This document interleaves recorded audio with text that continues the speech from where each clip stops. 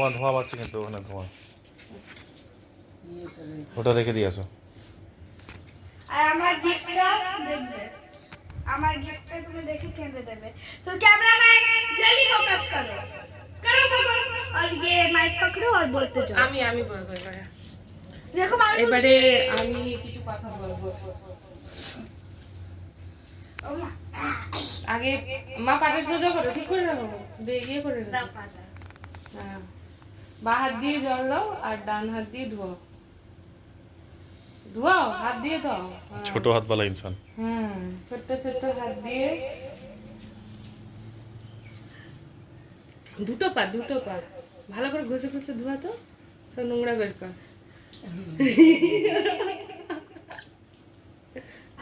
না জল দাও না, এবার ফুল দাও, ফুল দাও দুটো, জবা দাও দুটো। আচ্ছা, ওখানে কুচানো আছে ফুল। আমার মা আমাকে করতে। আচ্ছা, তোমরা সবাই ভাবছো যে আমার জন্য তো কিছু স্পেশাল হচ্ছে না, তাই না মা? হ্যাঁ,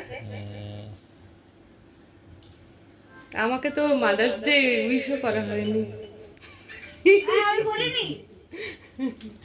তো এখানে আমি বলতে চাই যে অন্তু যেটা করছে এটাই আমার কাছে মাদার্স ডে সব থেকে বড় গিফট। কেন, এটা আমার শিক্ষা, আমার পারভারিশ, যে আমার মেয়ের মনের মধ্যে এখন থেকে মায়ের প্রতি ভালোবাসা। এইটুকু ছোট ছোট হাত দিয়ে ও কষ্ট করে অনেক কিছু বানিয়েছে।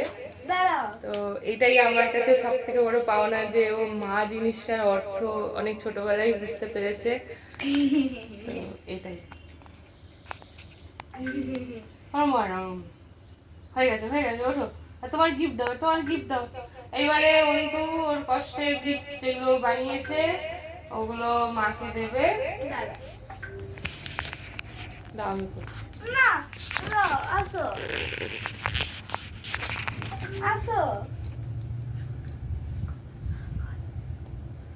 আসো।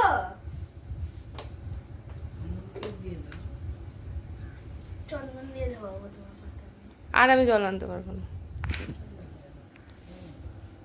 নে চল, এবারে গিফট দে। ধরো, गिव द फुटा। আমার মায়ের পা আমাকে ধরতে দাও। আর কি হয়ে গেছে? স্পেশাল